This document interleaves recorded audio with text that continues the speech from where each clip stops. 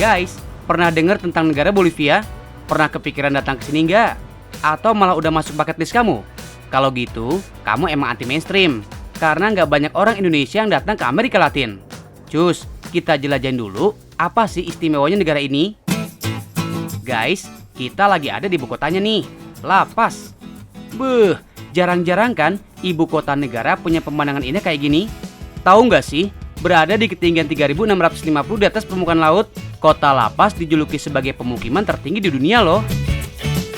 Kota lainnya yang nggak kalah cantik adalah Copacabana. Cus ikut Kak Dinda menjelajah.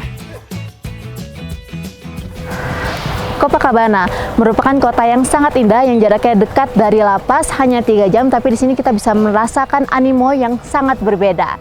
Dan di sini merupakan kota yang paling penting yang terdapat di pinggiran Danau Titicaca, danau paling luas yang ada di Bolivia. Kalau Indonesia punya Danau Toba, Bolivia punya Danau Titicaca. Luasnya mencapai 8.300 meter persegi yang membentang melintasi Bolivia hingga Peru. Danau Titicaca juga merupakan yang tertinggi di dunia karena berada 3.810 meter di atas permukaan laut. Wah, gunung berapi tertinggi di Indonesia, Gunung Kerinci aja kalah tinggi ya. Di pinggiran danau terdapat beberapa pulau yang didiami oleh masyarakat setempat. Kali ini Kak Dinda dan teman-temannya akan berkunjung ke salah satu pulau.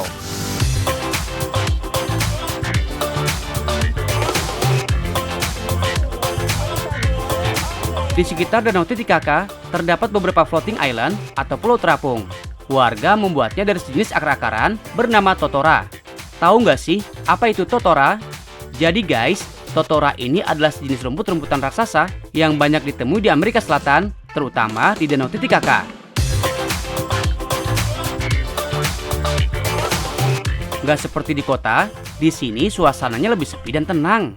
Nggak banyak warga yang terlihat. Nggak heran guys, karena biasanya pulau terapung hanya untuk tempat berkunjung para turis. Meski di baliknya terdapat pemukiman warga. Gak hanya sekedar jalan-jalan, tapi Kak Dinda dan kawan-kawan juga bagi-bagi snack ke warga setempat. Niatnya sih biar lebih akrab gitu. Soalnya warga di sini sangat tertutup, terutama dengan para pendatang kayak Kak Dinda. Coklat.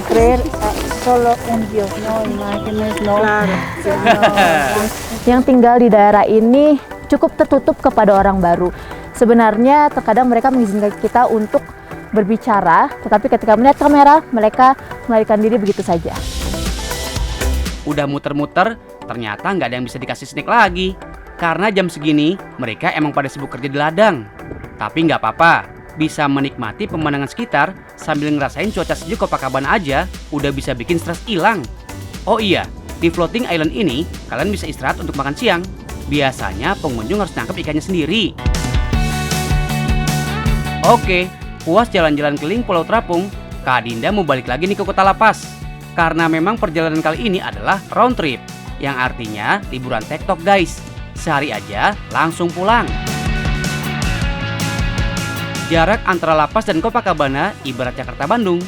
Tapi bedanya di sini nggak macet guys. Lalu lintasnya lancar jaya, tanpa hambatan. Pemandangannya juga keren banget di sepanjang jalan. Rombongan Kak Dinda pun beberapa kali berhenti untuk lanjut bagi snack warga, meski nggak semuanya mau. Hahaha.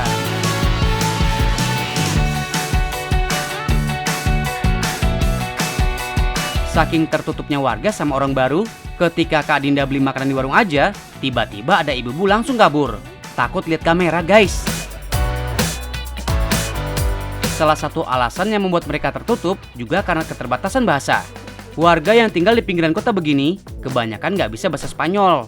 Mereka masih menggunakan bahasa nenek moyang, yaitu bahasa Aymara. Sedangkan masyarakat Bolivia zaman now udah jarang yang bisa bahasa Aymara. Jadi nggak nyambung nih ngomongnya.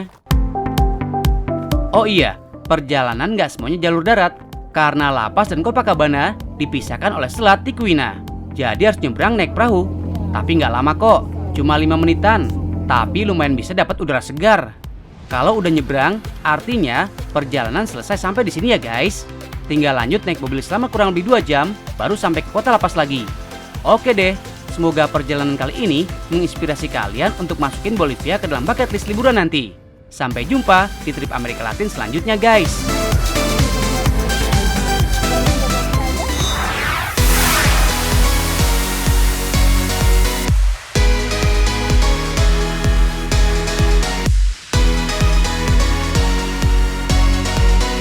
Guys, tiap negara pasti punya makanan khas. Gak terkecuali negara Mongolia yang ada di wilayah Asia Timur. Mongolia punya makanan khas yang mirip sama shabu-shabu Jepang guys. Namanya Mongolian Hot Pot. Buat yang belum sempat berkunjung ke Mongolia, woles aja guys. Cukup datang ke Jalan Panjang Kebonjeruk, Jakarta Barat. Di sini ada resto yang menjual makanan khas Mongolia. Kalian tahu nggak sih, Mongolian Hot Pot sendiri awalnya adalah sajian berupa daging domba rebus. Hidangan ini dipersembahkan untuk Raja Mongolia yang terkenal di abad ke-12, yaitu Kubilai Khan. Katanya sih, tiap habis menyantap makanan ini, Raja Kubilai Khan dan pasukannya selalu memenangkan peperangan. Ngeri-ngeri sedap kan guys?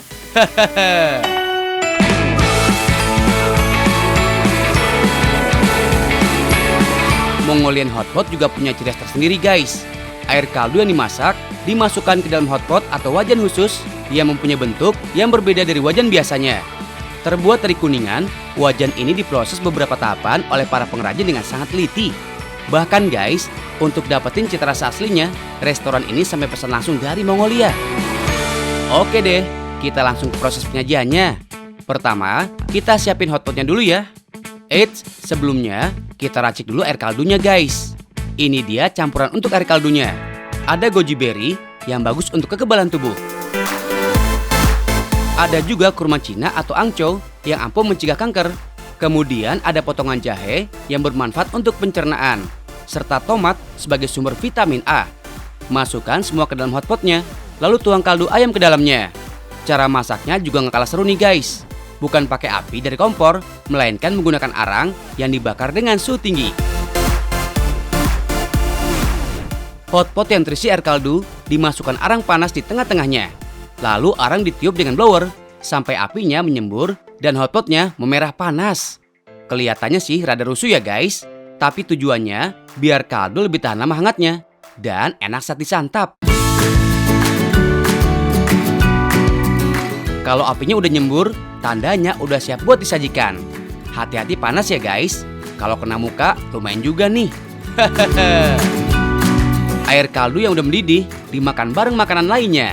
Ada daging domba dan sapi yang diiris tipis, aneka fishball, mixed mushroom, mixed vegetable, tofu skin, yang terakhir ada lamb skewer atau sate domba. Maklum guys, namanya juga makanan raja, jadi rame.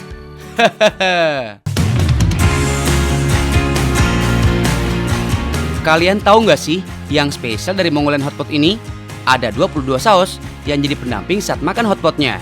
Widih, banyak banget. Tapi tenang guys, kalian gak usah khawatir. Udah ada kok saus yang paling direkomendasi di sini. Jadi kalian tinggal ambil aja. Oh iya, sebelum masuk ke makanan utamanya, kita cobain dulu yuk makanan pembukanya. Namanya Golden Taro.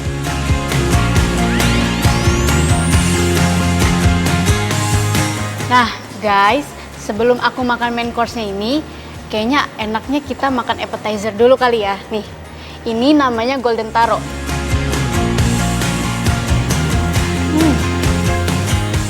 Enak.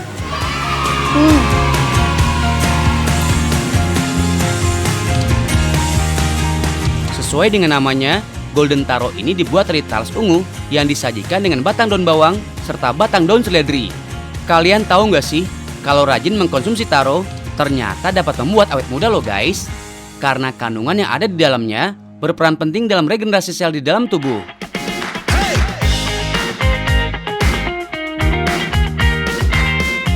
Nah, saatnya kita coba hidangan utamanya, berupa daging-daging yang siap dihajar guys. Kalian tahu nggak sih, daging domba ternyata mengandung lebih banyak protein, fosfor, zat besi, dan vitamin B1 daripada daging kambing. Selain itu, daging domba juga punya tekstur yang lebih empuk, serta aroma yang kurang menyengat dibanding daging kambing. Tapi tetap ya, jangan berlebihan juga makannya, karena sesuatu yang berlebihan itu nggak baik guys. Puas icip-icipnya, jangan lupa sama hidangan penutupnya nih. Yang khas dari Mongolian Hot Pot di sini ada rice pudding atau biasa disebut babao fan. Bentar ya, kita intip dulu proses pembuatannya. Bahan-bahannya cukup banyak nih guys. Mulai dari manisan mangga, kismis, manisan tomat, manisan kacang, longan kering, biji teratai, angcau, manisan gula, pasta kacang merah, serta beras ketan.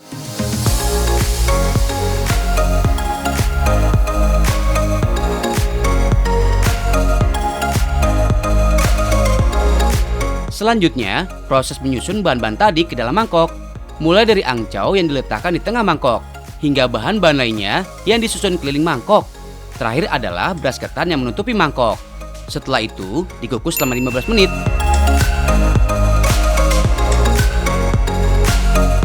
Kalau udah, tinggal diangkat dan siap disajikan. Perpaduan warna bahannya bikin rice pudding ini jadi kelihatan mewah ya guys.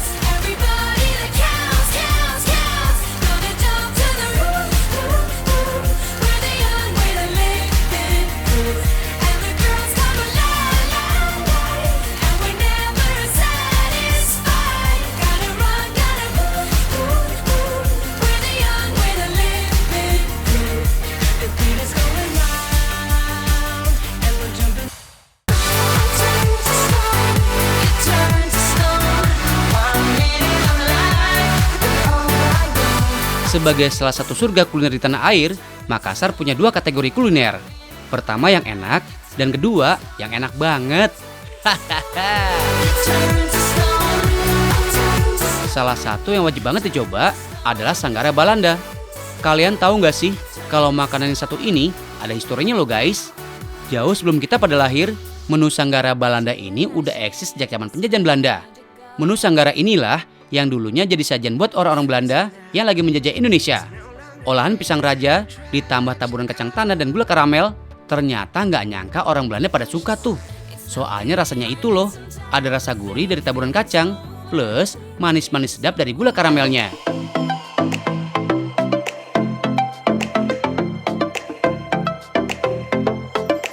Yap, sama kayak es pisang ijo, Sanggara Balanda juga pakai pisang raja nih guys. Aromanya yang harum dan rasa yang manis emang paling pas kalau diolah jadi beragam menu makanan. Biar matang sempurna, pisangnya harus didiamkan dulu selama 2 hari. Ada yang unik nih dari cara ngolahnya. Setelah kulit pisangnya dikupas, pisang harus digosok lagi pakai permukaan dalam si kulit pisang. Cara ini dilakukan agar permukaan pisang jadi lebih halus guys.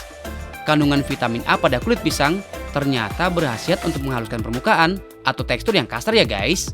Biar makin paripurna halusnya, sekalian tuh diambil kulit ari pisangnya.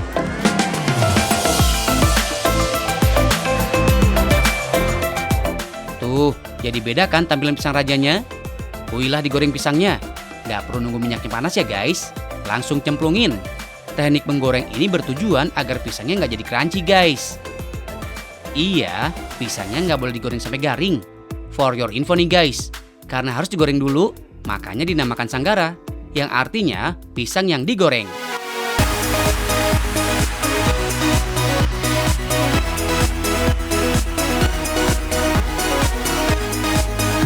Sementara nama Balanda diambil dari sebutan bagi orang-orang Belanda yang saat itu lagi menjajah tanah Sulawesi Selatan. Jadilah Sanggara Balanda. Kalian tahu nggak sih, karena pisang raja mengandung banyak gula, jadi ketika digoreng, pisang akan mengalami proses karamelisasi. Selain berubah jadi kuning keemasan, pisangnya perlahan akan mengapung tuh guys. Itu berarti pisangnya hampir matang.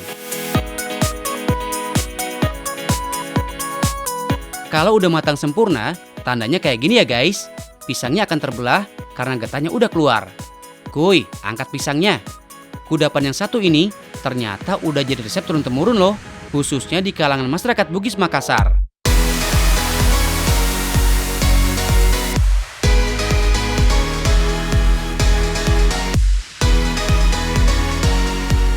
Eits, biar tetap eksis sebagai kuliner khas Makassar, nggak ada salahnya dong kalau dikasih sentuhan inovasi. Kayak Umi-Umi ini yang menjajakan Sanggara Balanda dalam tampilan kekinian. Kalau toppingnya cuma kacang dan karamel mah, udah mainstream banget ya. Nah, Sanggara yang satu ini dikasih topping krim dengan varian rasa dan warna yang bikin gemes guys. Sebagai kuliner asli Kota Daeng, Sanggara Balanda wajib ada dalam acara adat khas Bugis Makassar. Contohnya kayak acara pernikahan gitu guys. Namanya Bosara atau tempat kue bertutup. Jadi kalau Sanggara Balanda harus disajikan bersama 11 kue manis lainnya dalam piring Bosara. Yap, kudapan manis inilah yang biasa disajikan untuk tamu-tamu terhormat saat perayaan besar. Duh guys, kalau Sanggaranya secantik ini, pada tega gak sih makannya? Tapi karena lagi lapar, plus Sanggaranya gak tahan lama, mending langsung disantap aja ya. Jadi gini guys, karena Sanggara Balandanya dibuat tanpa pengawet, disaranin makannya pas lagi fresh-freshnya nih. Makanya karena nggak awet itu, jajanan yang satu ini nggak banyak dijual di pasar atau toko kue. Buat yang suka sama yang manis-manis, kudapan manis ini wajib dicoba guys. Selain bikin nagih, mengkonsumsi makanan yang manis berguna banget buat naikin mood kamu yang lagi kacau balau. Karena makanan manis bisa meningkatkan produksi hormon dopamin yang bikin orang jadi bahagia setelah mengkonsumsinya. Sama aja kalau kalian denger suara aku di tahu nggak sih guys? Pasti bikin mood kalian jadi hingar-bingar gimana gitu.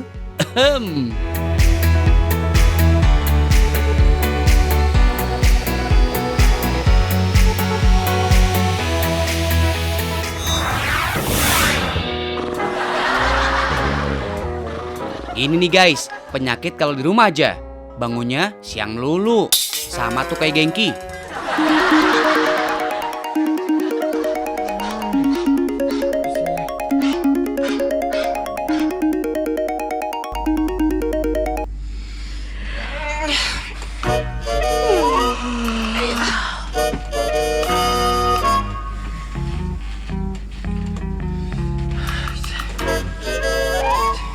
Wadidaw, saking kelamaan gak keluar rumah, rambut Genki makin gak santai nih gondrongnya.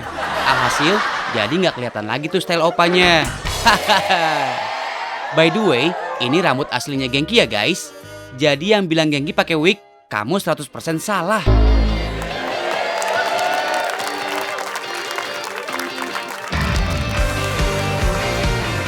Hai guys, tahu kan kalau Ariel Noah, Cristiano Ronaldo pada cukur rambut di rumah. Hari ini Genki nggak mau kalah sama mereka. Genki mau cukur rambut di rumah juga, tapi panggil barbershop ke rumah. Keren nggak? Penasaran ya? Oke, persiapannya di sana. Halo, gue Bagus, gue dari City Boy School Barbershop. Hari ini gue mau motong rambut Genki, tapi gue mau nyiapin ala-ala gue dulu ya. Yap, salah satu jasa yang banyak diminati saat pandemi. Ya, jasa barbershop rumah ini guys. Istilahnya house call. Kayak Bagus ini yang udah dibungi Genki dari 3 hari yang lalu. Wajib nih guys hukumnya, bikin janji dulu untuk sesuaikan hari dan jam cukur rambutnya. Next, tinggal share alamat, Bagus pun tiba di rumah Genki. Eits, gak usah parno ya guys sama kedatangan barber ke rumah kamu. Karena Bagus bakal lakuin SOP biar tetap aman dan higienis selama proses pangkas rambut. Mulai dari pakai alat pelindung diri kayak masker dan sarung tangan. Plus, wajib banget nih buat semprot-semprot peralatan cukurnya pakai disinfektan. Nah, spesial buat barbershop, disinfektannya dipilih khusus yang buat mesin ya guys.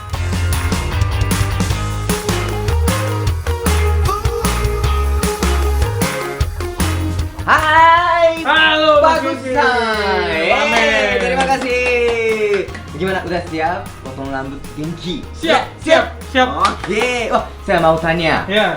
Tren model rambut cowok tahun 2020 seperti apa? Tahun 2020 ini kebanyakan cowok lebih pengen yang simple Oh, untuk styling, Oh gitu. yang mudah.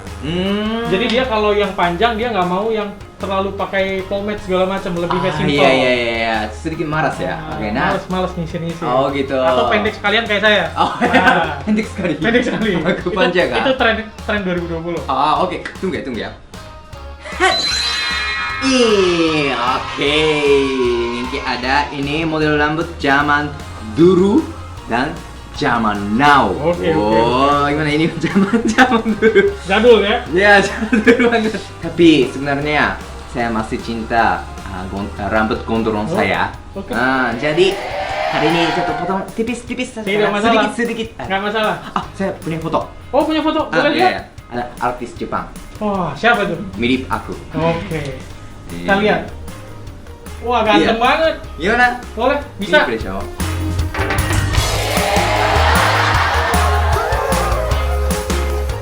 Ini nih guys, rambut Genki yang udah sebulan lebih nggak dicukur. Makin nggak jelas modelnya dan makin tebal.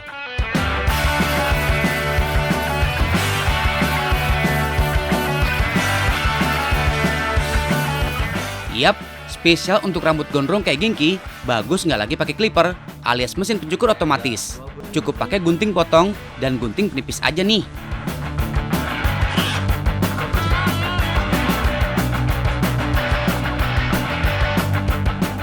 By the way, tahu nggak sih asal muasal istilah barber? Jadi ternyata kata barber berasal dari bahasa Latin, yakni barba, yang diartikan sebagai janggut atau jenggot. Pada masa itu, janggut kaum lelaki justru menjadi simbol kekuatan dan intelijensi kaum pria. So, janggut atau jenggot mereka wajib dirawat dengan baik. Bagus, Sang. Iya. Gimana, banyak enggak yang order cukur rambut ke rumah? Oh, Gimana? sejak pandemi ini lumayan banyak yang minta potong ke rumah, Mas Genki. Iya, sekarang nih tidak bisa keluar dari rumah ya. Oh iya. Jadi gimana, ada yang artis yang panggil? Potong artis? Ya. Ada. Siapa? Mas Genki. Aku. Iya. Aku pertama. Yeay. Artis pertama. Artis pertama.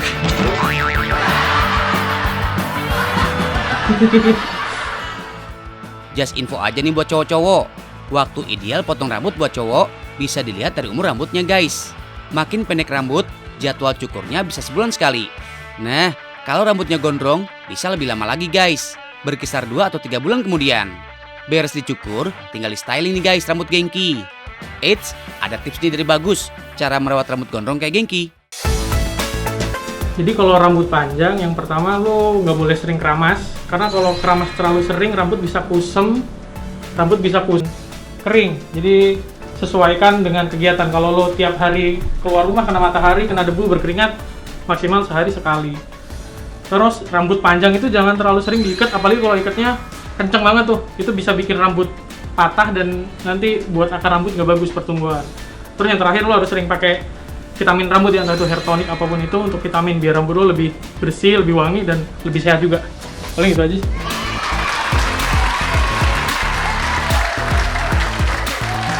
Oke, mantap. Terima kasih. Gimana? Oke. Arigato. Oke. Oh my guys, Genki punya rambut baru nih sekarang. Lebih fresh dan lebih ganteng kan guys? Hahaha.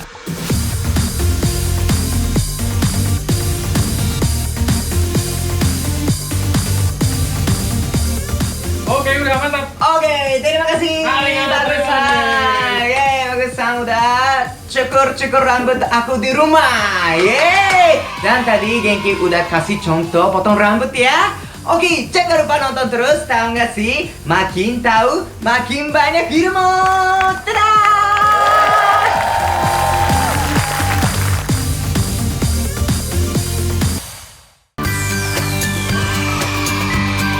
Hai Bapak, Ibu, kakak-kakak, Om dan Tante yang masih di rumah aja. Eits, ternyata nggak cuma orang dewasa aja loh guys yang stay at home selama pandemi.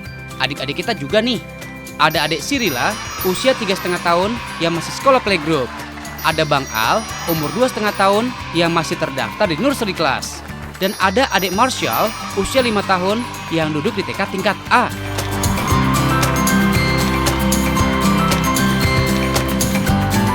Sebelum COVID-19 mewabah di seluruh dunia, adik-adik kita ini masih bisa jalan-jalan di luar guys. Menikmati ruang terbuka, main pasir, atau mandi bola, sambil bertemu kawan-kawannya. Sekarang, apalagi sejak diberlakukannya PSBB, alias pembatasan sosial berskala besar, semua pergerakan masyarakat jadi terbatas. Apalagi kegiatan akademik sudah dirumahkan sejak pertengahan Maret lalu kan, termasuk adik-adik kita ini guys. Tapi, kegiatan belajar masih harus berjalan. Caranya dengan belajar secara mandiri di rumah dengan bimbingan orang tua. Nih, ada adik Sirila yang seharusnya belajar 3 kali seminggu ke sekolah, sekarang belajarnya pindah ke rumah deh. Halo, assalamualaikum. Selamat pagi, Mom. Pagi ini kita akan ikutin Sirila belajar di rumah. Oh iya, Mami dan Bunda semua udah ngerasain kan tantangan ngajarin anak di rumah itu memang butuh perjuangan ya. Hahaha. Guys, agar kreativitas anak lebih terasa, ajak juga mereka berkegiatan sesuai minatnya. Karena Cyril hobi masak, jadi maminya ajak deh cooking class in the garden. Cyril udah mandiri banget tuh, bisa ambil sendiri donatnya, dioles butter, dan dicelup ke topping. Nih hasilnya. Abis dihias, dimakan sendiri. Duh, gemes banget deh tingkahnya.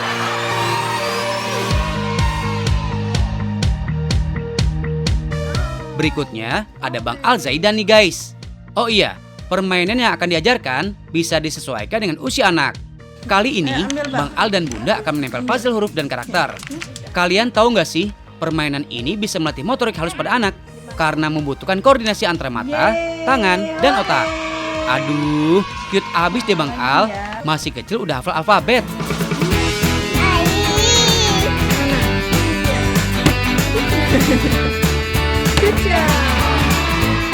Gak cuma menempel puzzle guys, Bunda juga akan mengajak Bang Al belajar sambil bermain. Hai, hari ini kita mau bikin aktivitas buat anak karena kita lagi social distancing, jadi kita nggak usah keluar. Tapi supaya anak nggak bosan, kita bikin aja aktivitas yang melibatkan dia. Hari ini kita mau bikin plastisin yang anak itu bisa bikin sendiri. Bahannya gampang banget dan pasti ada di rumah. Jadi bahan-bahan yang kita perluin itu adalah ini, tepung terigu, terus air, pewarna makanan, sama mangkok kosong, terus sendok. Udah sesimpel itu. Simple banget ya guys bahannya. Kemudian Bunda mengarahkan apa aja yang perlu dilakukan Bang Al. Intinya sih, kalau main sama anak, jangan takut berantakan. Karena akan ada pelajaran yang penting di dalamnya. Nah, jadi ini adonannya tuh udah jadi. Tapi supaya anak-anak ngeliatnya menarik dan tertarik buat mainin, kita kasih pewarna makanan. Guys, memberikan mainan anak dengan warna yang terang dapat berfungsi sebagai stimulus sensorik, khususnya visual, yaitu untuk mempertajam indera penglihatannya. Tapi, pastikan pakai pewarna makanan yang aman ya guys. Nih, ada warna hijau dan merah. Plastisin udah jadi guys, siap untuk dibentuk. Proses membentuk plastisin bisa melatih motorik halus, juga melatih sensorik pada anak, khususnya stimulus indera peraba. Bang Al mau bikin apa nih dari plastisin tepung? Set, set, set. Jadi deh, kura-kura. Wah, jago keren amat Bang Al. Keren. Jadi ini nih kura-kura hasil bikinan kita. Selamat mencoba di rumah ya. Bye-bye. Bye-bye Bang. Bye-bye dulu. Bye-bye. Terakhir nih, ada adik Marshall dan Mami Jen, beserta 2 adik cowoknya. Wah, biar di rumah, tapi tetap rame ya. Halo guys. Nama aku Maskar. Yang ini namanya siapa? Abang Zeron, yang keras dong. Abang Mila. Karena udah usia 5 tahun, adik Marshall diberi pelajaran untuk menirukan gerakan dari video. Selain itu, Mami Jen juga bikin mainan sendiri dengan memanfaatkan bonggol sawi untuk menjadi kuas cat. Selanjutnya, ada tepung yang diwarna hijau untuk cat air. Nah, tinggal dimainkan seperti ini nih guys. Bisa juga pakai tangan. Lagi-lagi permainan ini bagus untuk stimulus kemampuan sensorik anak. By the way, kalian tahu nggak sih bedanya kemampuan sensorik dan motorik? Kemampuan sensorik adalah kemampuan anak dalam menggunakan inderanya. Kalau motorik, kemampuan koordinasi antar indera. Itu guys. Buat adik-adik dan kakak-kakak yang lagi belajar di rumah, tetap semangat ya. Bentar lagi mau kenaikan kelas kan? Ayo, jangan kendor belajarnya. Ikutin kita hari ini. Sampai jumpa lagi di video berikutnya. Bye-bye.